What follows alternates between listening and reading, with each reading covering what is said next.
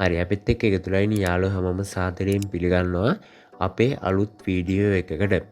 ඉතින් අද අපි ඔයාලත් එක්ක කතා කරන්නේ ඔයාලගේ Windows 10 කම්පියුටර් එකේ වයිරස් ගාඩ් එක ඩිසේබල් කරන්න කොහොමද කියන එක ගැන.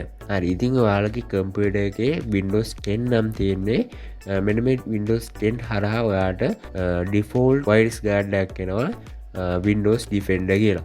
මෙන්න මේ Defender එක කොහොමද deactivate කරගන්න කියන එක තමයි අද මේ වීඩියෝ එකෙන් අපි කතා කරන්නේ.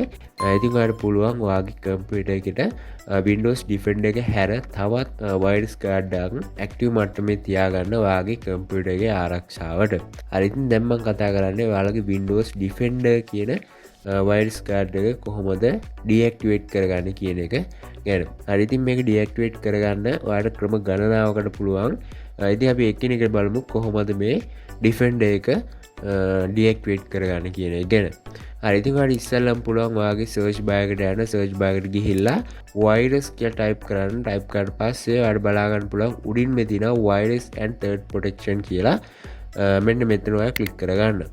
හරි click කරලා පස්සේ මෙන්න මේ වගේ window එකක් බලා ගන්න පුළුවන්. මේකේ තියෙනවා මෙන්න මෙතන virus and third protection setting කියන එක යටතේ තියෙනවා manage setting කියලා තැනක්. මෙන්න මෙතන ඔයා ක්ලික් කරන්න. ක්ලික් කරාට පස්සේ ඔයාලට බලා ගන්න පුළුවන් මෙන්න මේ විදිහට ටික් ටිකක් දාලා තියෙනවා. ඔයා මේ ටික් ටික අයින් කරගන්න. අයින් කරාට පස්සේ ඔයාලට පුළුවන් ඔයාගේ virus protection එක deactivate කරගන්න.